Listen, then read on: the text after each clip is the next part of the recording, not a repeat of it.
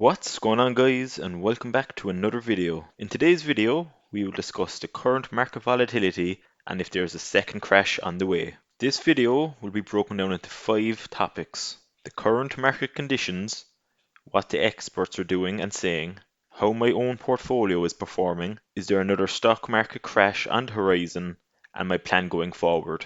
But before we get into today's video, I just want to say thanks very much to the 87 people that have subscribed to this channel thus far, and if you haven't done so already, I'd be very grateful if you could click that big red button and subscribe to this channel for more videos going forward. With that being said, let's dive right into today's video. As you're probably already aware, the current market is very volatile. There's been some days where I've logged on and my whole portfolio is in the red, and the next day it's all in the green. What's really confusing investors is that the market really should be going down with all the bad situations that's going on at the moment, but in fact it's constantly going up. There's even been a few times in the last few days where the market has sunk into the red, and I thought this was definitely the start of the crash. However, the next day I was proven wrong and the markets are back in the green. Due to the markets not following logic, it is very hard to know if this is the start of a new bull market or is a bear market on the horizon.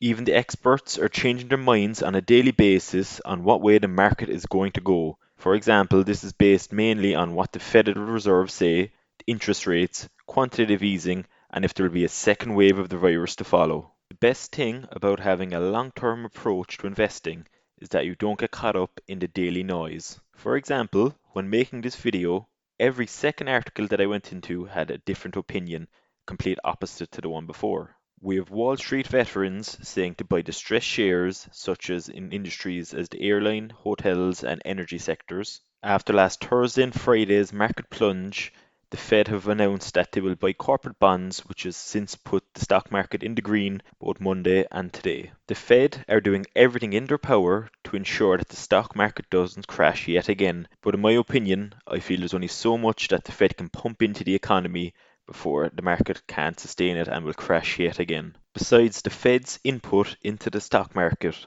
the other main factor is hope of a recovery. In the current economic climate, optimism can change into complete and utter despair in a matter of minutes. So just like the weather, especially here in Ireland, it can go from sunny and glorious day to an absolute dark, dull and cold day with nowhere to hide. And that is especially true in the stock market in these current days. To keep on with this weather analogy, it is like going to the beach on a sunny day. The beach will be usually packed with optimistic people that want to get into the stock market, or in this case, enjoy and soak up the sun. But once the rain comes, or in stock market situation, once bad news arises, just like the stock market, the prices will rise and fall due to supply and demand, resulting in the market being very volatile over the past few months. As well as these relatively optimistic news articles, there is also a lot of pessimistic articles also. A lot of experts are saying that the markets are completely overvalued and that a reality check is in place, resulting in a massive crash and sell-off. I also saw an article on Yahoo Finance stating that the FTSE 100 has plunged due to a second wave fear of global market values. From my own personal experience, stocks that go down in value go down a lot sharper and faster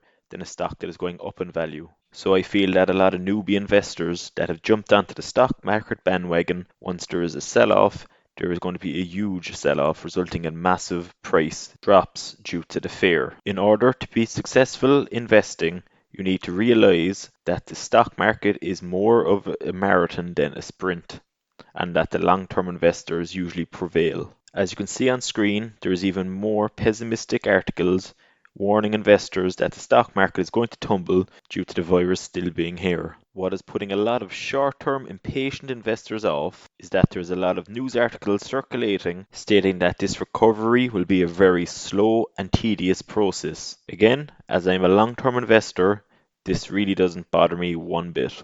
Besides the regular optimistic and pessimistic news, there's also been some quite astounding news also this week in relation to the stock market.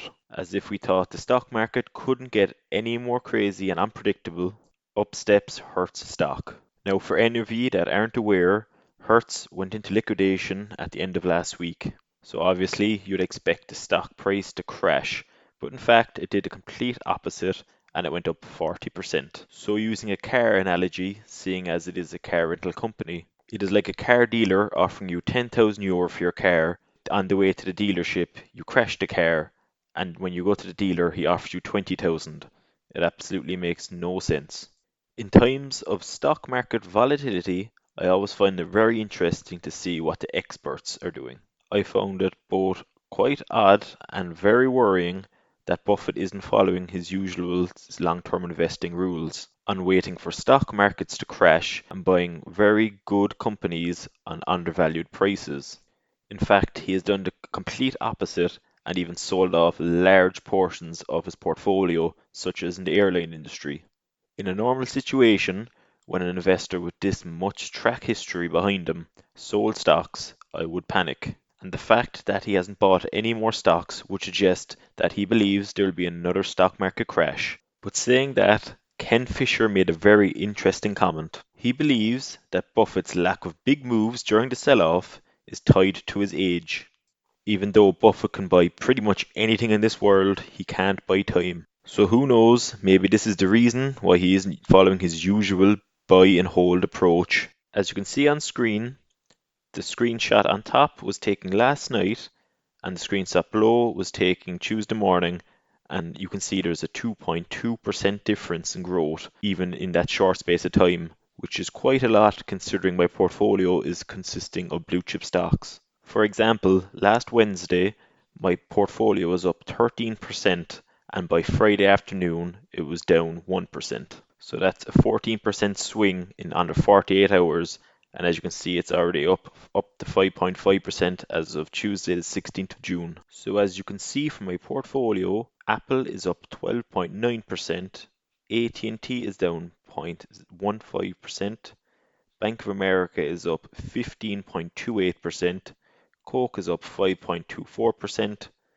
IBM is down 4.01%, Johnson & Johnson is down 4.63%, JP Morgan Chase is up 11.4%, Pepsi, which should be colored green, not red, is up 1.75%, Waste Management is up 8.12%, Disney is down minus 2.42%, Wells Fargo is down 9.89%, but as this is a small position, it only equates to $6, and 3M is up 7.9%.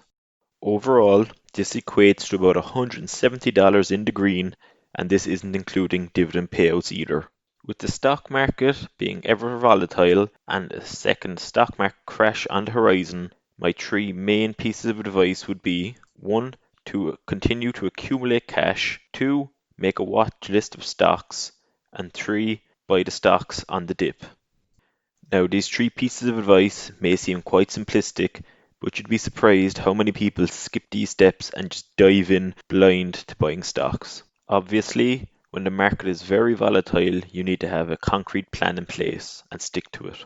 My own plan consists of 4 points. Firstly, I'll keep buying undervalued blue chip stocks, specifically in the banking industry, consumer staple and discretionary, and IT.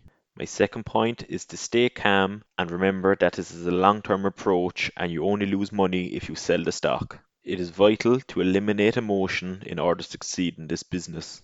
Both fear and greed are the two main emotions that drive the market, and if you let either of these emotions get the better of you, you'll be sure to lose money. My third step is to follow Buffett's approach of looking for well-established, good companies that are undervalued. And my final point, and which is probably the most important of these 4 points, is to position yourself well for the worst case scenario or a next stock market crash. In my opinion, there's at least a 70% chance of a stock market crash in the coming months. If the crash does happen, well then great, buy the stocks in undervalued prices. If it doesn't happen, even better, the stock market goes up. So technically it's a win-win situation as a long-term investor. In my opinion, it does feel like the markets are recovering, and you can see on screen that retail sales have rebounded by nearly 18%. This is a well-needed boost for the US economy. All this news is all well and good, but if a second wave of the virus hits, then the stock market will definitely crash yet again, and this time could be a lot worse. So with that being said, I hope you enjoyed today's video of my pros and cons of the current stock market and if I feel that the stock market is going to crash yet again. I'd love to know your opinions in the comments below of if you feel that the stock market will crash in the coming weeks or months and if you have sold off some of your positions or have you even bought more on the dip. Again, I'd be very grateful if you could subscribe to this channel as we're trying to hit 100 subscribers by the end of this week. Thanks again and stay safe, and I'll see you guys in the next video.